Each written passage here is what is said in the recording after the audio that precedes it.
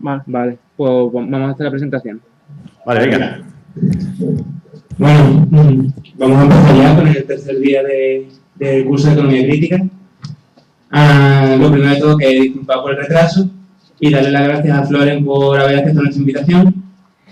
Y esta charla va a tratar sobre Europa y ecologismo, es el título. La va a dar Floren Marcellesi, que es portavoz de ECO en el Parlamento Europeo desde mayo de 2014 y eurodiputado de octubre de 2016. Tiene formación como ingeniero de caminos en la Universidad de Lyon y urbanista en la Universidad de París, y también es especialista en cooperativismo internacional en la Universidad del País Vasco. Es activista ecologista, miembro del Foro Transiciones y de la revista Ecología Política, así como promotor del manifiesto Última Llamada. Así que, sin más, le doy ya paso a él y que empiece la conferencia. Muchas gracias. Bueno, primero, mis disculpas por el retraso. Como habéis visto, un pequeño problema técnico, pero no deja de ser un milagro de que yo en Estrasburgo pueda conversar con vosotros. Así que, a pesar de los 40 minutos de retraso, vamos a decir que realmente tenemos suerte de poder estar juntos y juntas esta tarde. Lo segundo es aclarar dos términos que tenemos en el título de la conferencia. Si yo he entendido bien, tengo que hablar de Europa y ecología. Entonces, lo primero que voy a hacer es definir lo que es ecología. Lo voy a hacer de forma bastante simple, porque si queremos definir la ecología, yo lo que entiendo por ecología o el sentido de la lucha que pueda tener, definiría la ecología de la forma siguiente, diciendo que la ecología es nuestra capacidad de vivir bien y felices dentro de los límites del planeta y respetando al resto de seres vivos. Eso sería realmente el objetivo de la ecología política y social. Y entonces tenemos que ver cómo esto se cruza con Europa. Mañana se iba a firmar el CETA, en Bruselas, con la presencia de Justin Trudeau, que es el primer ministro de Canadá. Sin embargo, tienen un pequeño problema desde la Comisión Europea y los Estados miembros, es decir, el Consejo Europeo, para firmar el CETA. Es que Valonia, esta pequeña región francófona que pertenece a Bélgica, no quiere firmar. No quiere firmar porque ven que hay problemas con el CETA. Entonces, son esos problemas que me gustaría resaltar con vosotros, porque a través del CETA y a través del TTIP vamos a ver el concepto de economía que tienen ahora mismo las élites tradicionales que dirigen tanto la Unión Europea como los 28 Estados miembros. Y en base a esta crítica que podemos hacer del CETA o del TTIP, ya veremos también cuáles son las alternativas que podemos proponer para conseguir el objetivo de la ecología que os daba al principio. Entonces, el CETA y el TTIP básicamente son acuerdos de comercio que buscan no voy a decir integración, sino un mayor flujo económico entre ambas zonas económicas. Aquí voy a ir rápido sobre las críticas sobre la democracia, porque realmente lo que está pasando con esos tratados es que se han negociado desde la más absoluta opacidad. Es decir, que realmente han sido negociaciones llevadas a cabo por la Comisión Europea con el mandato de los Estados miembros, pero sin ningún tipo de debate democrático en la sociedad europea. Sin embargo, desde hace 2 años hay una revuelta, vamos a decir, una indignación social y política cada vez más importante. Tenéis hasta 3 millones de personas que han firmado en contra del TTIP, por ejemplo, a nivel europeo. O hace poco en Berlín, 300.000 personas manifestándose en las calles para decir que este tratado realmente no podía ser. ¿Y por qué no puede ser este tratado? Pues primero, lo que hace es crear un marco muy favorable a las grandes multinacionales. Es decir, que en vez de pensar que tenemos que hacer economía para las pymes, para los autónomos, para las cooperativas a nivel local, este tratado refuerza el poder de las grandes corporaciones. Algunos ejemplos para que queden claros de qué estamos hablando. Esos tipos de tratados de nueva generación, como se suelen llamar, incorporan dentro lo que se llaman los tribunales de arbitraje privados, que permiten que multinacionales puedan demandar a estados si no están de acuerdo con sus leyes o sus reglamentos. Por ejemplo, Quebec, esta región francófona de Canadá, quiere prohibir el fracking y pone una moratoria sobre el fracking. Sin embargo, a causa del acuerdo de comercio que existe entre México, Estados Unidos y Canadá, que se llama el NAFTA, una multinacional americana ha demandado a Quebec por la moratoria sobre el fracking, a pesar de los problemas medioambientales y de salud que representa. Otro ejemplo, Egipto quiere subir el salario mínimo para sus trabajadores. Sin embargo, una gran corporación francesa no está de acuerdo con esto y entonces demanda ante los tribunales a Egipto por este cambio de regulación. Y podemos seguir con muchos ejemplos que se dan así, donde las multinacionales aprovechan los acuerdos para intentar suplentar los cauces democráticos de los estados y los parlamentos. Pero tenemos más problemas con este tipo de tratados, porque os van a decir los que los apoyan, es que esos tratados están hechos justamente para favorecer el empleo, porque ya sabemos que tenemos un problema de desempleo, tenemos un gran reto, de hecho mucho más en los países del sur de Europa, como España, que tenemos entre 20 y 25 de desempleo, según cómo se calcula a nivel del Estado. Me imagino que en Andalucía estáis un poco más alto. Y entonces nos dicen que gracias a esos tratados vamos a crear empleo. Y aquí os puedo decir con claridad, estos tipos de tratados no crean empleo ahora mismo. Primero lo podemos decir en base a una base empírica.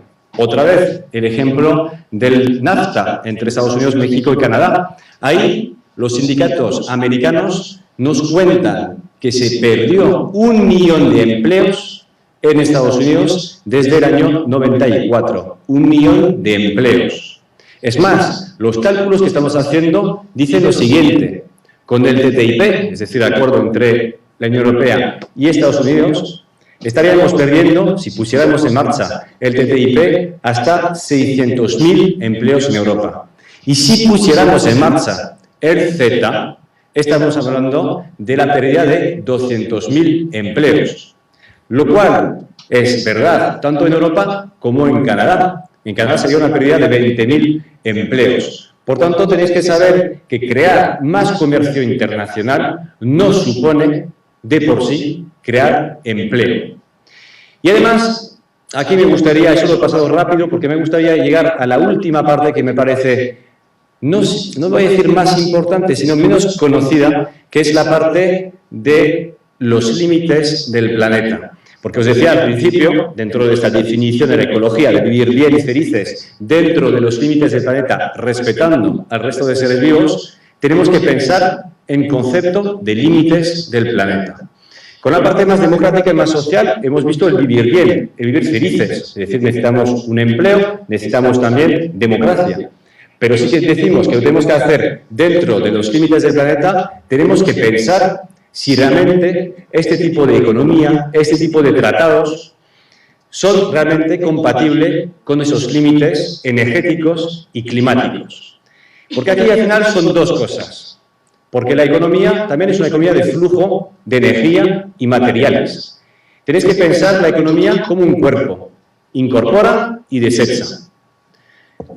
Por un lado, entra energía, agua, materiales. Y por otro lado, salen desechos. Desechos materiales o desechos de gases, por ejemplo.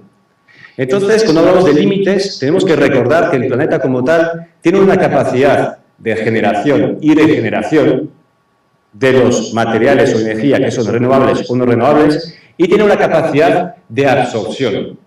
Y cuando decimos que estamos superando, por ejemplo, los límites del planeta, estamos diciendo que estamos superando estas capacidades de generación o de absorción. Y aquí os voy a dar dos ejemplos, por un lado de generación y por otra parte también de asimilación. Y aquí vamos a hablar de energía. Energía como puede ser, por ejemplo, el petróleo, el gas o el carbón, que al final, hoy en día, para que la globalización funcione, la globalización tal como la conocemos, necesitamos una cosa fundamental y se llama el petróleo. Sin petróleo barato, de buena calidad y en abundancia, no tenéis globalización posible.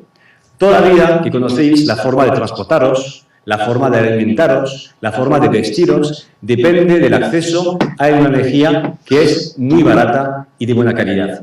Así se ha forjado la globalización. Y cuando decimos que la globalización, tal y como la conocemos, tiene sus días contados, no es por motivos ideológicos, que aquí podemos entrar en definir si es buena o es mala de globalización, pero por aquí ni voy a entrar, es por motivos prácticos. Si queréis comer todo el año productos del Caribe, productos de América Latina o de Asia, necesitáis tener energía barata a punta pala. Si queréis transportaros, por ejemplo, para un fin de semana, iros de Sevilla a Roma, de Sevilla a Londres, necesitáis energía barata a punta pala. El problema que tenemos ahora mismo es que ya no hay energía barata a punta pala. Eso se llama el techo del petróleo, o en inglés, quizás lo habéis oído, es el peak oil. Es decir, que tenemos un problema porque estamos llegando al techo de producción del petróleo en el mundo. Hagamos lo que hagamos, pongamos los recursos humanos, técnicos, financieros que queramos, no vamos a sacar más petróleo, convencional o no convencional, del subsuelo. Y como al mismo tiempo la demanda sigue aumentando, tenéis una diferencia abismal entre la capacidad de producción y la demanda, sobre todo en los países emergentes. Y eso tiene consecuencias directas en la economía, directas.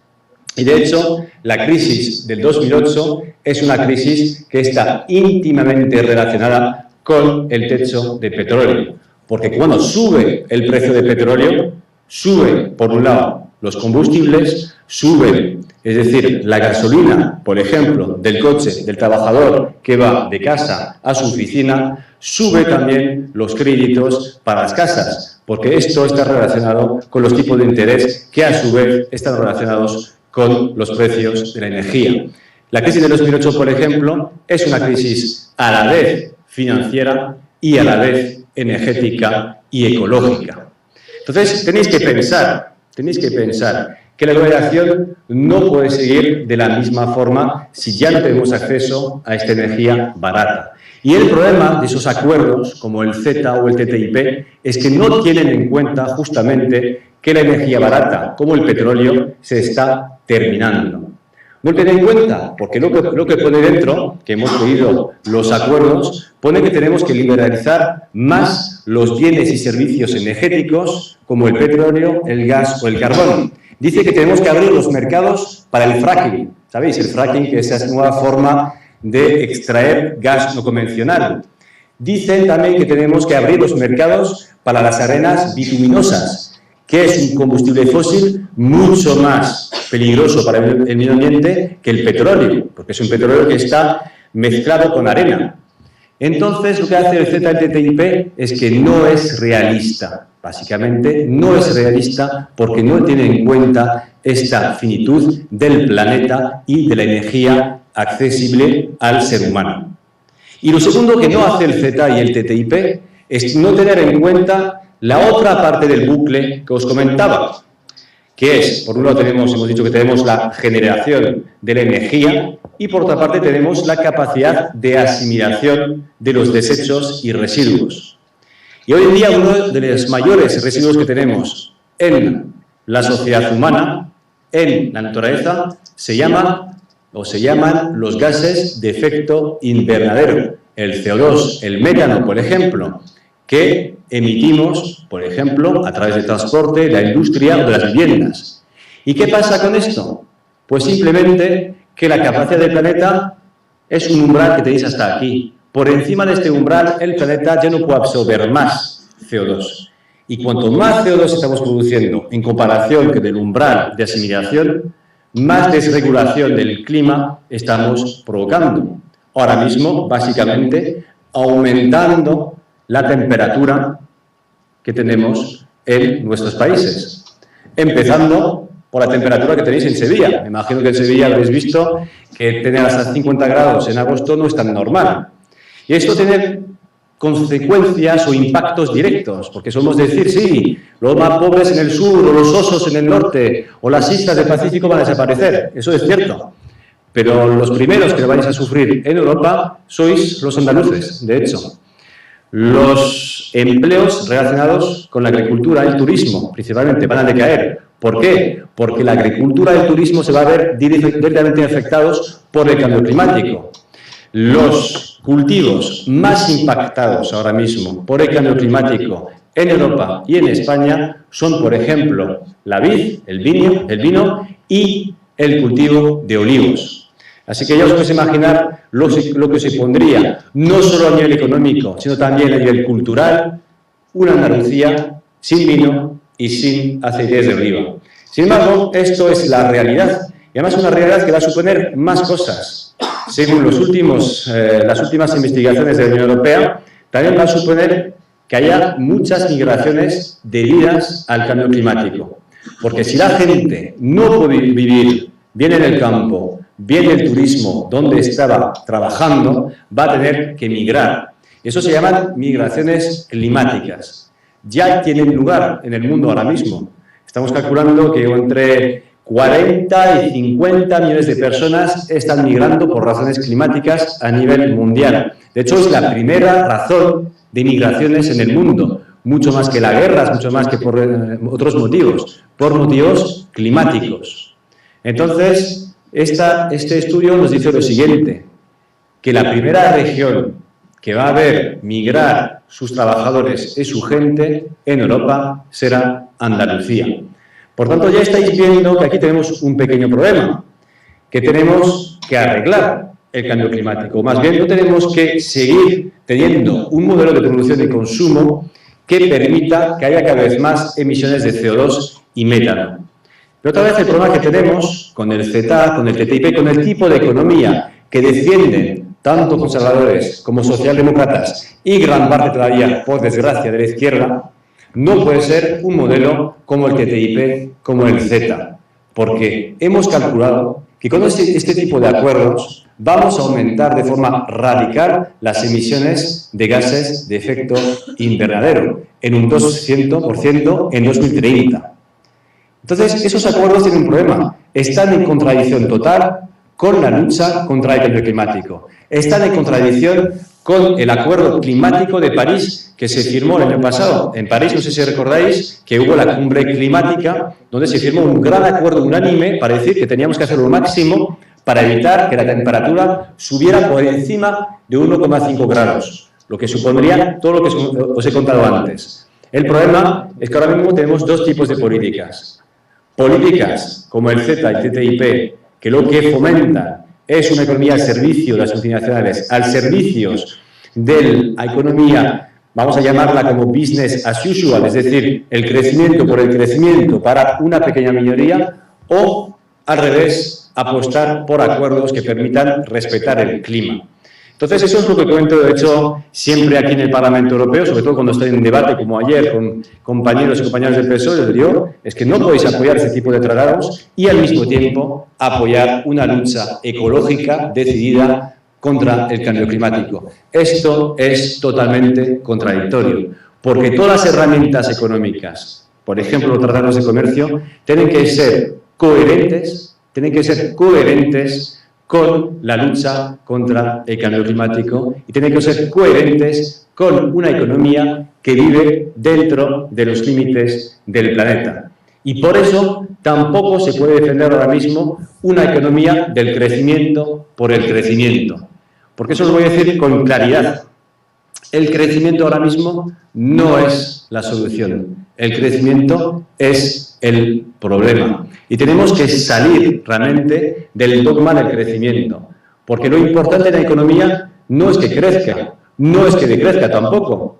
Lo importante en la economía es ser capaz de cubrir las necesidades básicas de las personas dentro de los límites del planeta. Esto es lo importante. No que el PIB aumente al final del mes o al final del año. Lo importante es que la gente pueda comer, se pueda vestir, la gente pueda encender la luz y la calefacción. Y esto respetando los límites del planeta. Esto es el objetivo de la economía. Y luego ya veremos si los diferentes indicadores crezcan o bajen. Esto es secundario, son herramientas. Nunca olvidar el objetivo que nos ponemos. El objetivo es que la gente podamos vivir bien y felices dentro de los límites del planeta. Entonces, para hacer esto, lo primero, claramente, es decir no a este tipo de acuerdos, este tipo de economía. Pero no nos podemos solamente basar en un no, solamente decir no a esto. También tenemos que decir qué queremos, en cambio. Si no queremos este tipo de acuerdos. No queremos este tipo de economía globalizada, energivora y desigual. ¿Qué tipo de economía queremos? Y aquí os voy a presentar 3 pilares de una alternativa económica. La podéis llamar como queráis. Al final, esto sale de la economía ecológica, pero tiene mucho que ver con la economía del bien común, con la economía alternativa, con la economía social y solidaria. Lo importante es pensar que son conceptos que pueden cooperar entre ellos y conceptos que son interrelacionados. Os voy a dar 3 pilares para esta gran transición ecológica y justa de la economía, porque el objetivo que tenemos es conseguir evolucionar desde un punto A, donde estamos ahora mismo, que es injusto, que es insostenible, a un punto B, donde tenemos mayor justicia y sostenibilidad. Y lo que llamo transición ecológica y justa de la economía y de la sociedad en general es este camino que estamos haciendo entre el punto A y el punto B. Y la transición ecológica de la economía se basa en lo siguiente. El primer pilar, es decir, que todos los empleos que vamos a crear son empleos que tienen que crear a la vez utilidad social y utilidad ecológica. Eso es un debate muy importante, de hecho, que tenemos con los sindicatos, porque una tendencia que hemos visto los últimos 50 años, sobre todo, tanto a nivel sindical, como a nivel empresarial, como a nivel político, es defender el empleo por el empleo. Da igual qué tipo de empleo, lo más importante es que haya empleo. Sin embargo, esto ya no nos vale, porque hemos visto que la gente tiene que vivir de forma digna y al mismo tiempo lo tiene que hacer respetando también la naturaleza. Por tanto, tenemos que apostar solo por empleos que tengan las dos vertientes a la vez. Y eso se llama la transición de los empleos, transición laboral, transición de unos sectores marrones que son muy intensivos en energía, que son muy intensivos en aumento de emisiones, a otro tipo de empleos que son realmente bajos, poco intensivos en energía y en emisión de CO2. ¿Sectores marrones? Me imagino que todos tenéis una idea, pero sectores marrones claramente son sectores, por ejemplo, aeronáutica, del automóvil, por ejemplo, son los sectores que no son capaces de bajar sus emisiones y su capacidad de generar menos gasto energético. Los sectores verdes son sectores como la rehabilitación de edificios, como la energía renovable, como la movilidad sostenible, como la agricultura ecológica, gestión de residuos, economía social y solidaria. Son sectores que permitan que la gente tenga empleos de calidad y al mismo tiempo respetando el medio ambiente. Y la buena noticia de todo esto, porque también es una buena noticia, es que los sectores verdes crean muchísimos más empleos que los sectores marrones. Muchísimos más. Os voy a dar 2 ejemplos. Vamos a ver. La energía ahora mismo en el sector del carbón y de la nuclear, los 2 juntos, estáis creando 70.000 empleos directos e indirectos. Si apostáramos por un 30% de energía renovable en 2020 en España, estaríamos hablando de 300.000 empleos. O si hablamos de agricultura, la agricultura ecológica crea un 20% más de empleo que la agricultura moderna, un 20% más. Eso es lógico, porque tenéis que pensar que los sectores marrones lo que hacen es ser muy intensivos en energía, es decir, sustituye fuerza humana por fuerza de los combustibles fósiles. Si decimos que vamos a utilizar menos combustible fósil, lo que tenemos que hacer es utilizar más mano de obra. Por lo cual, es muy lógico que los sectores verdes o sostenibles permitan tener más empleos al final. Y hemos calculado que en España, con una política de empleo verde decidida, podemos tener hasta 2 millones de empleos. Y en Europa, hasta 20 millones de empleos. Es decir, ahora mismo, tanto como personas desempleadas en la Unión Europea. Por tanto, si alguien nos dice, joder, es que los ecologistas no tienen ni idea de cómo crear empleo, pues yo creo justamente que es exactamente al revés. ¿Quién ha destruido el empleo durante los últimos 30 años por no entender la crisis, además de social, democrática, también es ecológica? son los partidos al poder. Los que hoy tenemos ideas y proyectos y alternativas para crear empleos, somos la gente que hemos entendido que la ecología lo cambia absolutamente todo. Pero si queremos que esto funcione, esta primera parte de transición de sectores marrones a sectores verdes, necesitamos la segunda pata.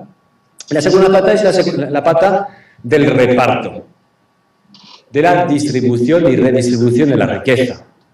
Porque más importante ahora mismo que el crecimiento es el reparto. No necesitamos crecer más para tener más riquezas, porque riquezas ahora mismo tenemos suficientes para que todas las personas puedan vivir bien. Entonces lo que necesitamos es repartir todas las riquezas, sean ecológicas, económicas o sociales. Por supuesto, empezando por los salarios, que no es normal que una empresa, el directivo con el sueldo más alto gane entre 300 veces o 1000 veces más que el sueldo más bajo. No es normal que los salarios estén tan mal distribuidos entre capital y trabajo.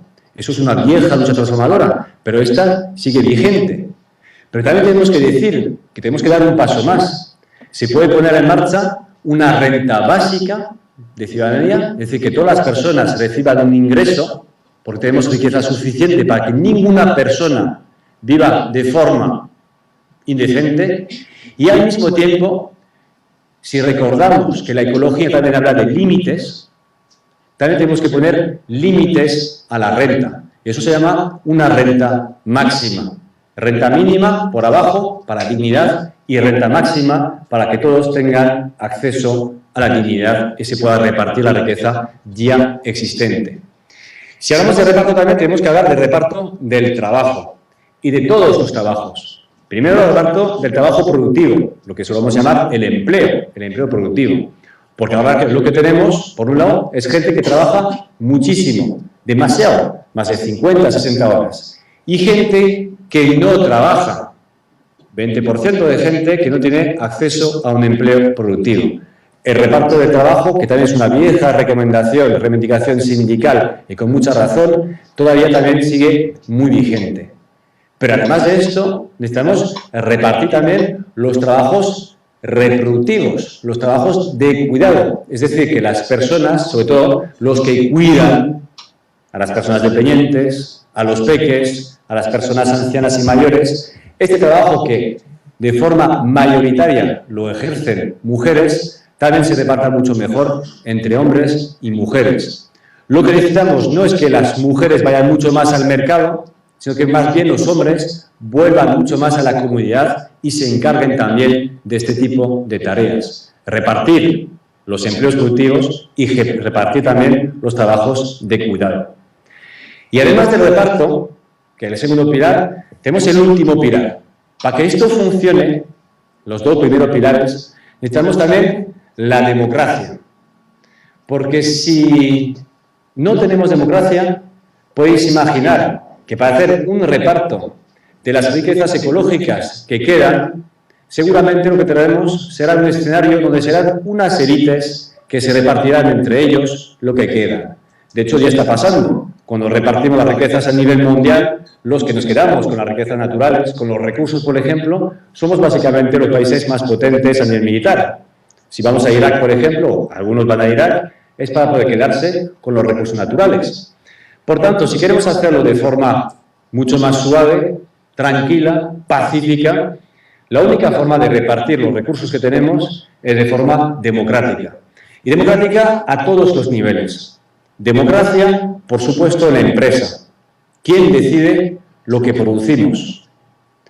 Democracia en la forma de gestionar la economía. No solo existen así grandes multinacionales o grandes empresas donde solamente deciden los accionistas o los altos directivos. No, también existe otra forma de hacer economía. Y esto puede ser, por ejemplo, todas las cooperativas, donde los que poseen realmente la cooperativa son los trabajadores, son los que deciden qué sentido queremos dar a la producción de lo que estamos haciendo. Y ahora mismo tenéis un movimiento cooperativista muy potente, tanto en Europa como en España, para todos los sectores de la vida.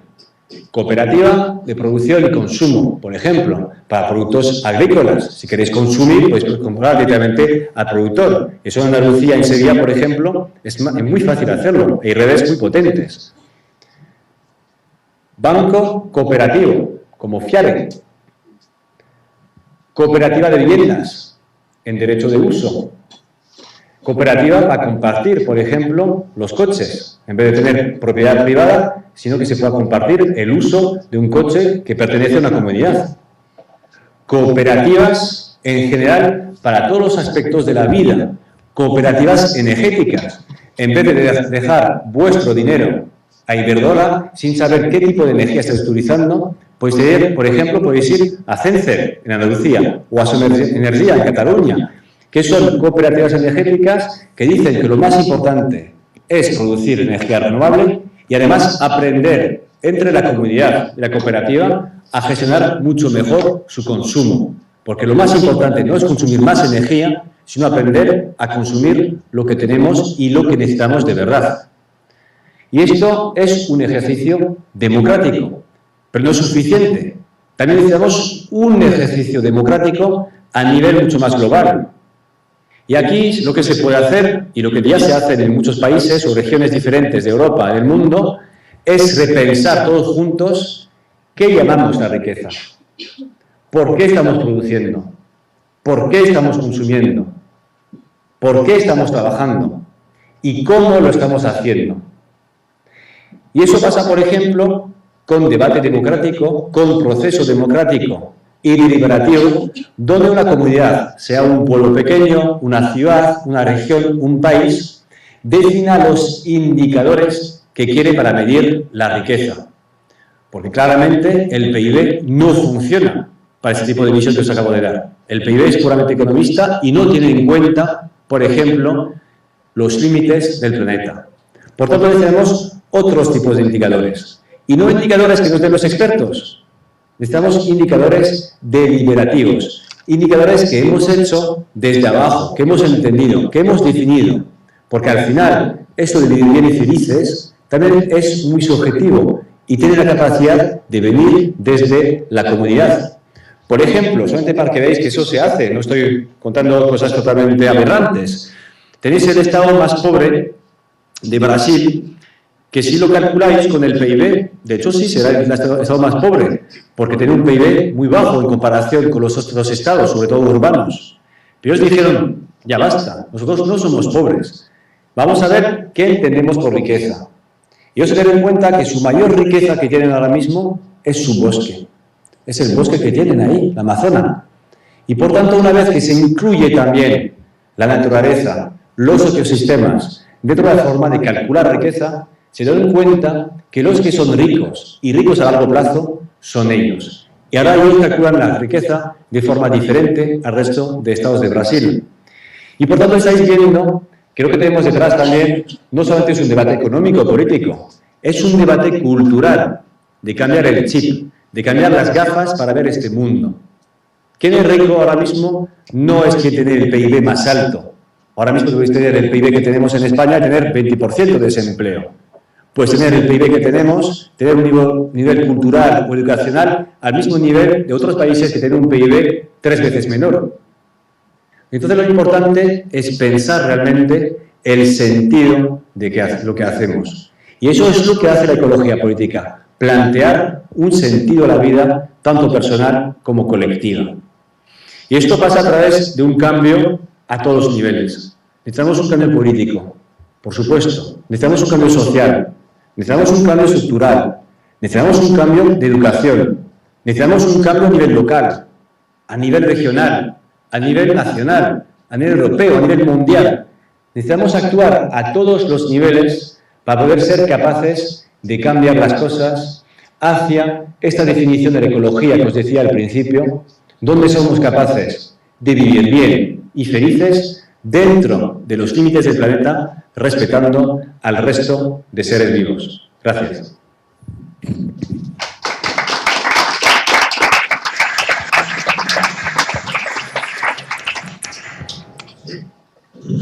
Bueno, pues si Si le parece y si le parece bien, pues pasamos a la ronda de preguntas. Venga. Y levantando la mano como queráis. Será un libro. Una preguntita por ahí.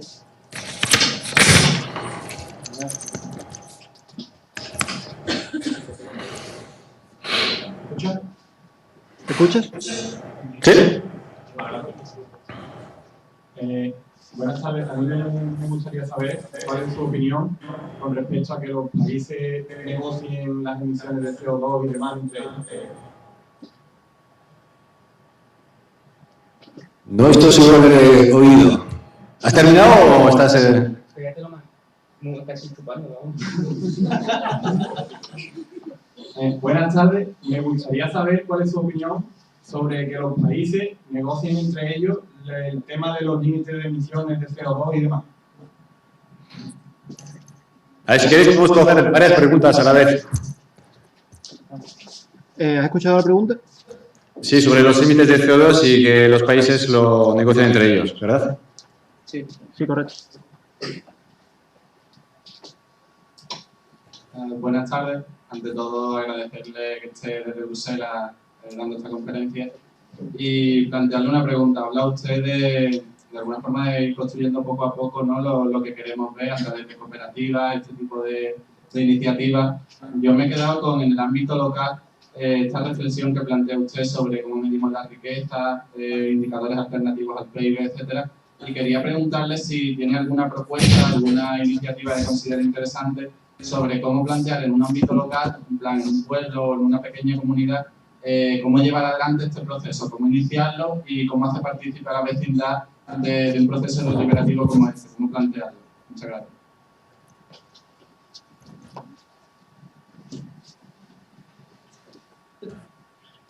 Hola, buenas tardes. Mira,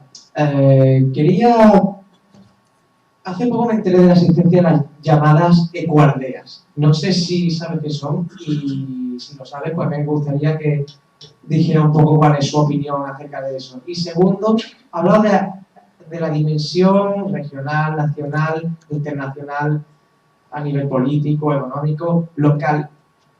Pero esta filosofía ecológica, o supongo que se puede llamar una especie de ecosofía, ¿qué es lo que piensa o cómo trata el tema a nivel de individuo directamente? ¿A nivel de...? Individuo.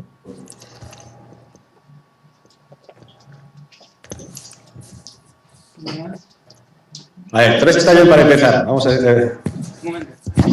Y luego seguimos con preguntas. ¿Otra? No, venga. Sí, sigue. Sí, a ver, en orden, ¿no? Tú primero ibas así con lo de los límites de CO2 y esta negociación que hay entre países. Yo te voy a contestar de dos formas diferentes, lo deseable y lo que está ocurriendo. ¿Y qué hacemos con lo que está ocurriendo? ¿Vale? Que son dos cosas diferentes, porque lo deseable realmente se dice lo siguiente. Hay un presupuesto total de CO2 que todavía podemos emitir para no superar este umbral que os dije al principio de 1,5 grados antes del final del siglo. Ahora estamos aquí, estamos llegando al umbral y eso es lo que nos queda. Eso es el presupuesto. Y ese presupuesto, normalmente, si fuéramos inteligentes y lógicos, tenemos que repartirlo entre países. Principalmente decir a los países que ya han contaminado demasiado de forma histórica, porque en los últimos 150 años el 80% de la emisión de CO2 ha sido por responsabilidad de los países del norte. Europa, Estados Unidos, Japón, Australia, básicamente. Por tanto, tenemos que repartir esto en base a la justicia climática. Los que tienen derecho todavía a tener un poco de presupuesto CO2 son los que han emitido poco en el pasado y los que no tienen ningún derecho de emitir más y además bajar de forma radical son los países industrializados. Esto sería la lógica, basado en la justicia climática. Sin embargo, no está funcionando, porque realmente muchos países no están dispuestos a bajar tanto sus emisiones de CO2 como lo pide la ciencia. Entonces lo que tenemos es algo un poco diferente. Lo que tenemos es COP21, es el Acuerdo de París, que se firmó hace un año y que va a entrar en vigor en noviembre, justo antes de lo que se llama COP22, que es la próxima cumbre sobre el cambio climático, que tendrá lugar en Marruecos dentro de un mes. Y ahí la lógica es la siguiente. Dicen, como no ha funcionado antes esta lógica más de justicia climática, o porque no queremos acercarnos a esta lógica de justicia climática, es que cada país, de forma voluntaria, dice de cuánto va a bajar sus emisiones. Y luego, Naciones Unidas calcula esas emisiones, las computa a nivel global y mira si esto cumple con el objetivo de 1,5 grados. ¿Me explico? ¿Sí? ¿Qué está pasando con esto? Es que si computamos todos los compromisos de las 196 partes que componen el Acuerdo de París, estamos no por debajo del 1,5, sino que estamos en el doble, en 3 grados. Entonces tenemos un pequeño problema, compañero, con esto, desde luego, porque si seguimos con las dinámicas internacionales, estaremos muy por encima de los umbrales críticos que nos han puesto los científicos. Pero al mismo tiempo, la apuesta que hacen muchos países y que también de vez en cuando nosotros también hacemos, es que la dinámica que hemos empezado con el Acuerdo de París, donde hay una conciencia mucho más generalizada, permita acelerar mucho más el proceso de reducción de CO2 hasta el límite. Te voy a ser muy sincero, es una apuesta política y es lo único que tenemos ahora mismo a nivel internacional. No es lo mejor, pero desde luego es el único gancho que tenemos para conseguir, primero, que China y Estados Unidos, que son los principales responsables ahora mismo de la emisión de CO2, los más grandes, entren dentro de una dinámica de reducción de CO2. Si ellos no entran, no tenemos nada que hacer. Por tanto, hay un tipo de juego entre la ciencia, desde la realidad ecológica, y la política, de cómo empezar la dinámica para que otros entren en el juego y empiecen a bajar las emisiones. Pero ojo, eso no es suficiente. Eso es la dinámica internacional. Al mismo tiempo tenemos que tener una dinámica mucho más local. Y aquí volveré sobre las preguntas siguientes, donde tenemos que ya empezar la transición ecológica de la economía, poniendo en marcha nosotros también, sin esperar a que los líderes y las élites lo hagan, proyectos que van en el camino correcto. Es decir, proyectos de resiliencia, como se llaman, proyectos de adaptación al cambio. Entonces, son dos dinámicas que son complementarias, una dinámica más global y una dinámica más local, donde entran, de hecho, los proyectos que habéis comentado. Tú, la primera pregunta que hacías era sobre lo local, ¿no? La vecindad. ¿Cómo se puede hacer para que la comunidad entre dentro de un proceso como el que he comentado, de indicadores, por ejemplo? Hay un montón de maneras de hacerlo. No hay buena manera. Hay maneras que corresponden a la comunidad donde tú te encuentras. Y de hecho, en Sevilla tenéis un buen ejemplo de cosas que se han hecho. ¿Conocéis el centro de Pumarejo, me imagino? Pues ahí, lo que hicieron ellos, más allá de tener un centro vecinal, es decir, vamos a poner en marcha una moneda local, una moneda complementaria. Se llama el Puma, de hecho. En Sevilla podéis comprar cosas no solamente en euros, sino también con el Puma, ¿verdad? No sé si hay gente que lo utiliza, el Puma, ahí en la sala. ¿Alguien utiliza el Puma? ¿No? Pues después de la charla tenéis que ir al centro de Pumarejo y ver cómo funciona el Puma. El Puma es una moneda local que, más allá de ser una moneda local, lo que hace es que la gente tenga otra forma de comprar, de producir. Porque con la moneda local tienes una red de comercios, por ejemplo, que se crea. Una red de comercios que no se basa en el beneficio por el beneficio, sino en una red de comercios que se basan en la ética, en la justicia y en la sostenibilidad. Y con el Puma vais a encontrar a la gente que empiecen a crear una realidad alternativa económica, donde lo que se crean son otras redes diferentes. Donde se vas a comprar, por ejemplo, el aceite de oliva a un agricultor ecológico de la zona.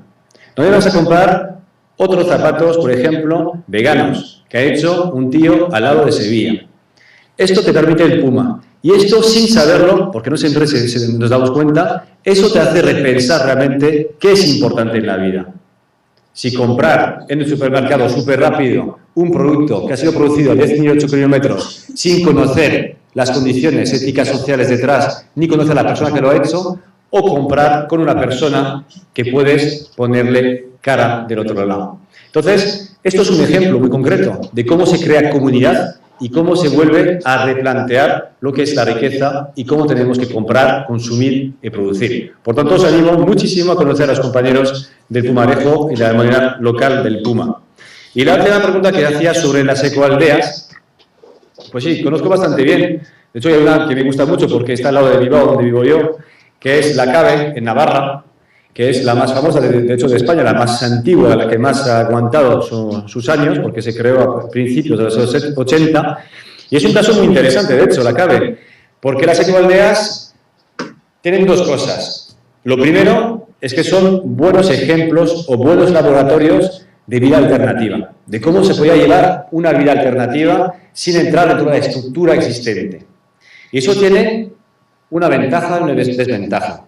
La ventaja es que realmente rompe con el molde actual, rompe con el modelo productivista neoliberal, lo rompe de forma radical. La desventaja que tienen, eso según un aspecto, y eso es muy interesante hablar con ellos, porque ellos se dan cuenta que tampoco pueden desconectarse al 100% de la realidad estructural donde están viviendo. Si quieren cambiar el mundo, tienes que hacer dos cosas a la vez. Ser el mundo que quieres ver, como decía Gandhi, o sea, hacer una ecoaldea, que eso es una de las alternativas entre muchas que existen, pero al mismo tiempo actuar sobre el sistema en su conjunto si quieres cambiar las cosas. Las dos patas son tan importantes la una como la otra.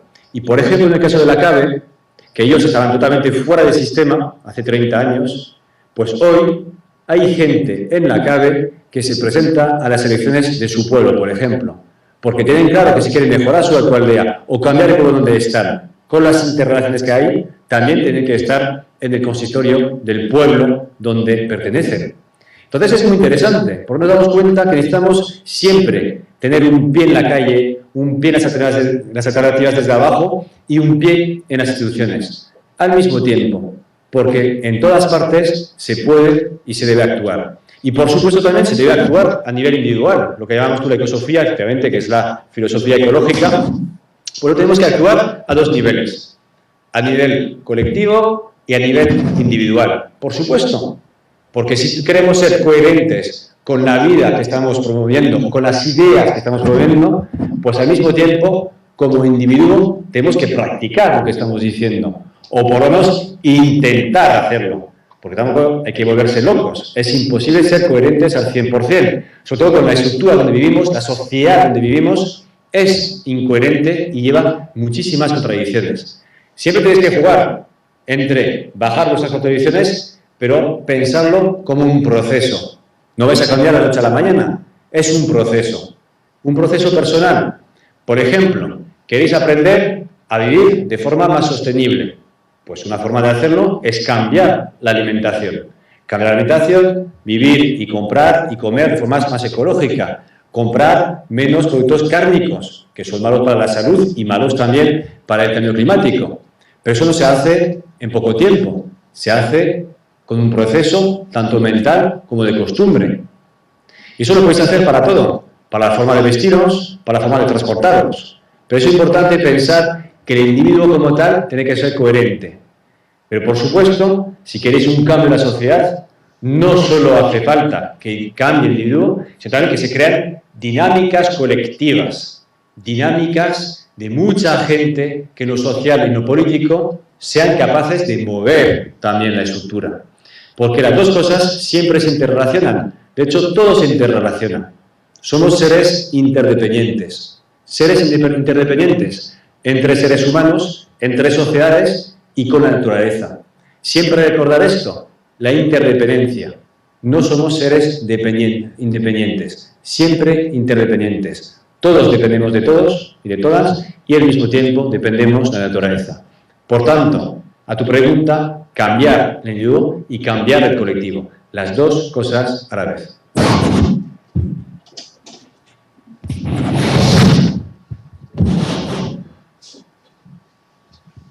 Buenas tardes. Acércate al micro. Hace tiempo leí un inicio de que se multaba con una sanción de millones de euros, que eran 60 millones de euros, a las instituciones que utilizaran placas solares y no lo registraran, porque tenían que pagar además un impuesto. Además de lo caro que es instalar placas solares y encima pagar ese impuesto, o sea, no está dejando ese ahorro a largo plazo que se supone que se consigue con la instalación de placas solares. Y además el tema de los coches eléctricos, de cómo nos los venden, realmente las emisiones que se producen durante la fabricación y tal son las mismas que si usáramos un coche normal, no hay ninguna diferencia. Y bueno, la pregunta es, ¿realmente el gobierno está permitiendo que las personas, la sociedad se mueva de una forma más ecológica? Es que no, yo creo que seguimos estancados en el modelo de desarrollo que tenemos ahora. Y respecto a la Unión Europea, aparte del fracaso, vamos, para mi punto de vista, el fracaso de todas las cumbres que se han realizado, ese aplazamiento de todos los límites de emisiones de CO2, de nitrógeno, de azufre y tal, no paran de aplazarse. Y además, las sanciones que iban a ponerse a los países que no cumplieran los objetivos, yo creo, vamos, no he leído ningún país que haya bajado absolutamente nada, ni he tenido ningún riesgo por eso. A ver si me explica.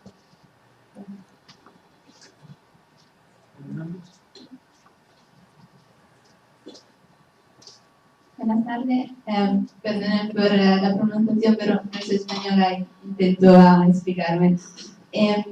Quería saber una opinión sobre el programa LIFE de la Unión Europea. O sea, algo que efectivamente funciona, esta financiación de proyectos individuales de países o de empresas. O sea, algo que está funcionando y planteando bien. Gracias. ¿Qué programa has dicho? Que no oigo la palabra. Del LIFE. Ah, del LIFE.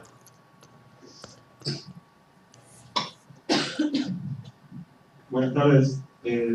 Una consulta. Tú has hablado mucho acerca de la distribución del ingreso y la riqueza. Y me parece bien y de hecho la comparto. Ahora bien, creo que hay cierta inconsistencia en la distribución de la riqueza y lo que es el desarrollo sostenible. En el sentido de que la distribución de la riqueza lo que implica, de alguna manera, es que millones de personas que antes no tenían acceso a una red de recursos y bienes, ahora la pasan a tener. Entonces, eso de alguna manera redunda en un mayor consumo de todos los bienes y por lo tanto una mayor producción de los mismos que de alguna manera genera cierta incompatibilidad con dejar de producir como se viene produciendo. Y segundo, quería saber qué opinabas tú del modelo de producción y más bien un modelo de vida de las granjas kibbutz. ¿De la qué? Las granjas kibbutz. Los kibbutz de Israel. No sé si conoces. No, bueno.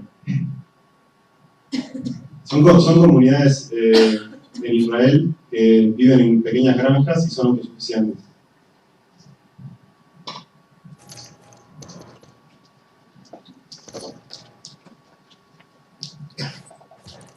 Hola, buenas tardes. Cuando se ha hablado sobre distintas políticas que lleven a cabo un aumento de la redistribución de la renta, una de las que se ha comentado es la renta básica. Mi pregunta es si en esa defensa de un programa de aplicación de renta básica se plantea dentro del programa, como por ejemplo su financiación, algún criterio que tenga que ver con la economía ecológica. Muchas gracias. ¿Con la economía? Con la economía ecológica, por ejemplo, financiación a través de recursos impositivos hacia la contaminación o algún otro ejemplo más. Muchas gracias.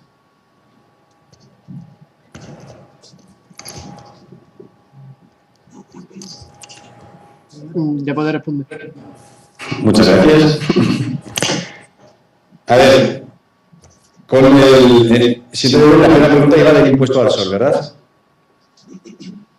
Sí. Eso, ¿no? Porque no oía muy bien todas las palabras con el micrófono. Entonces, a ver, solo te decirte que los últimos 4 años que hemos tenido con el gobierno del Partido Popular han sido particularmente nefastos, tóxicos, malísimos, desastrosos para todo lo que es el desarrollo de las energías renovables, en todos los sentidos.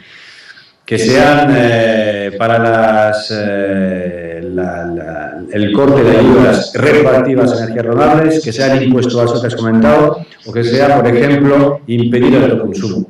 Y eso lo hemos llevado bastantes veces a Europa, porque hasta gente conservadora que apoya en general el Partido Popular no entiende la política de renovables que hay en España. Nadie lo entiende en su sano juicio. Es imposible. Hasta Merkel no lo entiende. Es decir, que eso es imposible entenderlo. Hasta la Comisión Europea ha sacado hace poco un informe explicando que el impuesto al sol es una barbaridad. Es decir, que España ahora mismo tiene, además España y en particular las autonomías del sur, tienen una capacidad de producción de energía renovable que está muy por encima del resto de Europa. Sin embargo, se produce más energía renovable en Alemania que en España. Eso no tiene ningún sentido. Y por lo tanto aquí necesitamos cambiar de forma radical la política energética del gobierno. El problema es que, imagino lo he visto, que estos días vamos a tener otra vez un gobierno de Rajoy para 4 años. Por tanto, es complicado decirte si vamos a cambiar esto, porque ahí necesitamos cambiar las leyes a nivel estatal. Entonces ya veremos, porque el Congreso es bastante inestable en España y puede ser que se consiga una mayoría a favor de quitar el impuesto al sol, porque además ya se votó una PNL en ese sentido en la última legislatura de 6 meses, donde el PSOE, Ciudadanos y los que conformamos Unidos Podemos, entre Podemos, Izquierda Unida y ECO, conseguimos decir que no queremos el impuesto al sol. Entonces, decirte que por supuesto es una barbaridad, pero vamos a ver cómo conseguimos quitar esta política energética del PP que realmente va en sentido contrario al sentido común ecológico ahora mismo. Sobre el coche eléctrico, pues aquí estoy totalmente de acuerdo contigo que no es una solución como tal, porque el problema no es solamente de la energía que utilizamos en el coche. El coche es mucho más que esto. El coche primero son todos los materiales que utilizamos para hacer el coche. Todo el agua que utilizamos para hacer el coche. Todo el espacio que ocupa el coche, por supuesto, porque eso supone infraestructuras, que sean autopistas, por ejemplo, aquí sí que autopistas somos líderes en Europa. Por ejemplo, en el País Vasco hay más autopista por kilómetros cuadrados que en Alemania, por ejemplo. Entonces, el coche es el espacio que ocupa. El coche es una cultura también, una forma de entender el mundo más individualista. Es una forma de entender el mundo basada en la velocidad. Y eso realmente no cuadra con lo que os he contado durante una hora. Lo que tenemos que pensar no es que vamos a suprimir el coche para nada, pero el coche tiene que tener otro uso. Coche eléctrico sí, pero coche compartido. Compartiendo la propiedad, lo que os decía al principio. También, sobre todo, pensar que lo más importante no es el coche, es el transporte público. Y más importante que el transporte público es repensar la movilidad en base al peatón y a la bici. Y aquí os voy a decir una cosa buena de ese día, es que la bici de alquiler que tenéis, la bici pública municipal, es bastante buena. Tenéis bastante suerte, de hecho. No es lo mejor, hay cosas mejores que hacer en Europa, pero yo creo que en comparación con el resto de España, tenéis una red bastante interesante. Y esto es el futuro realmente de la ciudad, basado en las pequeñas distancias. Repensar la ciudad como tal, su estructura, para que la gente pueda ir del trabajo a su vivienda, del trabajo a su vivienda y al cole o al supermercado en bici o caminando. Y que para que trayectos más altos lo haga el transporte público. Y que realmente, si hay que coger un coche para transporte entre ciudades, pues se haga compartiendo el uso. Y esto sería lo básico. Y aquí sí que tiene un uso lo eléctrico. Pero el eléctrico con el sistema actual no cambia absolutamente nada.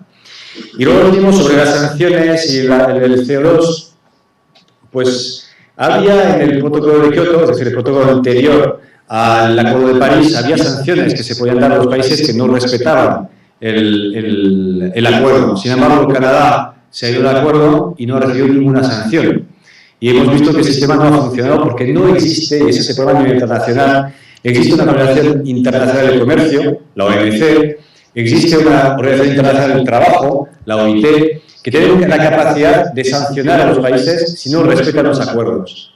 Sin embargo, en las Naciones Unidas no existe una organización internacional, mundial, del medio ambiente que permita hacer cumplir los acuerdos. Y esto es un problema que tenemos. Si no existe un tribunal o algo que se parezca a este nivel mundial, pues todos los países pueden cumplir perfectamente los acuerdos, pasar por el foro y al final no tener ninguna sanción. Y por eso el Acuerdo de París es diferente. Y por eso lo contaba antes, ¿no? Que son compromisos voluntarios de los países. Justamente porque se dan cuenta que como no se pueden dar sanciones a los países, por lo que se hace es que tener compromisos voluntarios para crear una dinámica política. La verdad, no sé si va a funcionar, pero espero por lo menos que funcione, porque va a depender en gran medida de la capacidad de acción, de la capacidad de presión y de la capacidad de poner en marcha, a nuestro nivel, la transición ecológica y climática de la economía. Por tanto, aquí estamos proponiendo otras herramientas y vamos a ver si esto funciona. Pero también me gustaría añadir una cosa, que nos quejamos mucho, eso es verdad, porque los acuerdos no están a la altura de lo que esperamos, sobre todo los ecologistas. Pero eso hemos tenido en París, porque estaba en París y voy a volver a Marruecos dentro de un mes, y hemos ganado una cosa muy importante en París. Y eso lo tenemos que tener bien en cuenta. Hemos ganado lo que yo llamo la hegemonía cultural climática, el discurso. Hace 30 años la gente nos decía que éramos locos, todos, hablando del cambio climático. Aguafiestas, ¿no? En contra del desarrollo, en contra del progreso. Y ahora mismo, en París, todos los discursos de todos los jefes de Estados, de todos, fue un discurso al 100% ecologista, al 100% basado en la justicia climática. Y eso significa que hemos ganado, primero, el cambiar el chip y la forma de ver el mundo. Y eso es un paso imprescindible si queréis cambiar también la forma de actuar. Pero, ojo, no es suficiente, por supuesto, porque podéis tener discursos muy bonitos y no ponerlo en marcha. Pero al revés, sin un relato, sin un discurso diferente, tampoco es posible cambiar los hechos. Y os puedo decir que París ha hecho mucho daño. No a los ecologistas, porque aquí hemos ganado el discurso. Ha hecho muchísimo daño, por ejemplo, a las empresas de petróleo o de carbón. Porque lo que se hace de París fue una dinámica política que decía el fin del petróleo ha llegado y empieza la era de las energías renovables.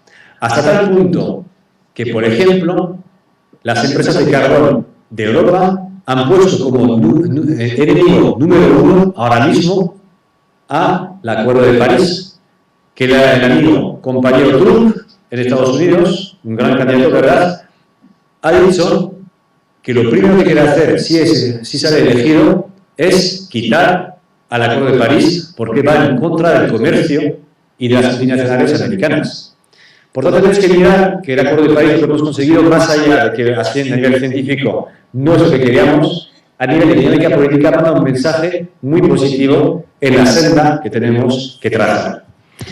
Luego, sobre tu pregunta sobre los programas live, aquí, bueno, yo conozco un poco, sobre todo como cuando antes trabajaba en diferentes consultoras y hacíamos este tipo de live. Bueno, al final son unos proyectos que tú puedes pedir pasta, es bastante complicado. El problema que tenemos con los lives, que realmente son para las consultoras, empresas que están muy experimentadas en esto, porque hay que pagar gente para hacer esto, si realmente quieres tener una posibilidad al final de tener un live. Pero yo te diría que más allá de esto, son proyectos y son líneas de financiación que son bastante interesantes y son necesarios, porque además se financian cosas de verdad que son bastante pioneras en Europa. Por tanto, yo, estando a favor de la construcción europea de la integración social, la integración ecológica, la integración solidaria, veo los live como unas herramientas bastante interesantes y existen mucho más que el live. De hecho, eso es lo bueno. Hay muchas formas de financiarse en la Unión Europea que son bastante, de hecho, desconocidas en España. Vamos sobre la pregunta sobre, no sé si era una pregunta o una reflexión sobre el desarrollo sostenible, así que no sé muy bien qué contestarte porque hoy más una reflexión.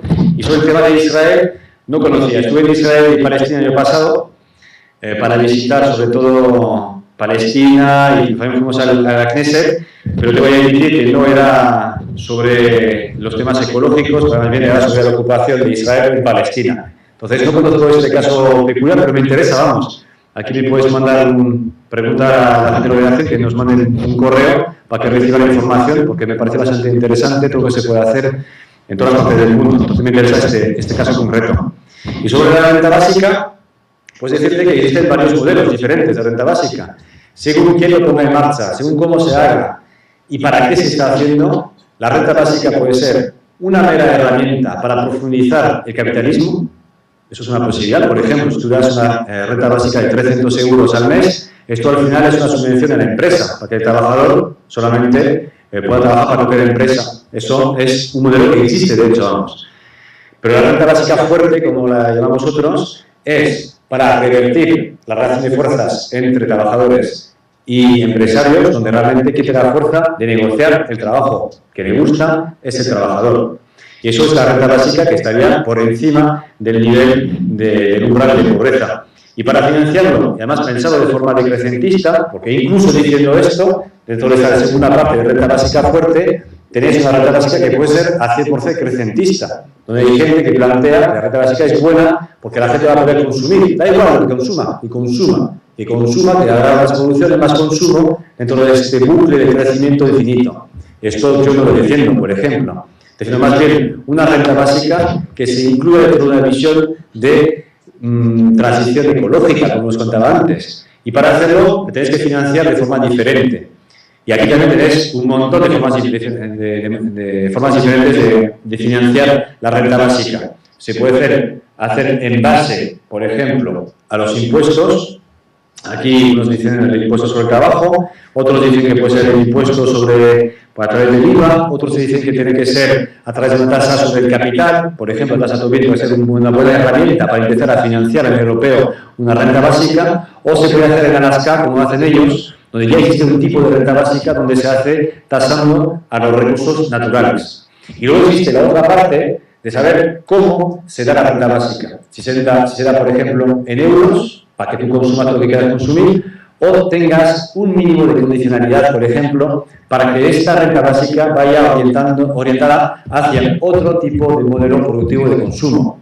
Y aquí puede ser, para vincular lo que decía antes, pues vincular la renta básica a una moneda local, ética y justa. Imaginaos, por ejemplo, en Sevilla, que todos los ciudadanos reciban pues, al mes 100 pumas. Y esto les anima, les orienta hacia el consumo dentro de una red realmente donde se venden productos que son justos, éticos y sostenibles. Así que, como veis, la renta básica es como todo. Se puede utilizar de una forma muy crecentista, muy liberal, o tal vez se puede utilizar de forma, para decirlo de una forma abierta, muy ecológica y justa.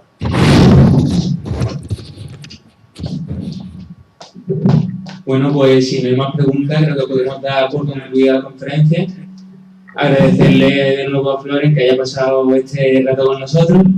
No sé si tiene algo más que añadir como final o algo, si quiere decir algo. Bueno, pues ha sido un placer estar con vosotros. Siento muchísimo los problemas técnicos, pero espero que a pesar de la media hora hemos aprovechado bien el tiempo y solamente animaros a luchar, porque las cosas se cambian luchando. Y además lo bueno de luchar, que sea a nivel local, a nivel individual, a nivel colectivo, a nivel global, lo bueno, yo os voy a decir una cosa, desde que empecé a luchar hace ya unos cuantos años, lo mejor, además de ganar o perder de vez en cuando, es que lo pasamos muy bien. Yo me divierto muchísimo luchando, así que os animo a luchar.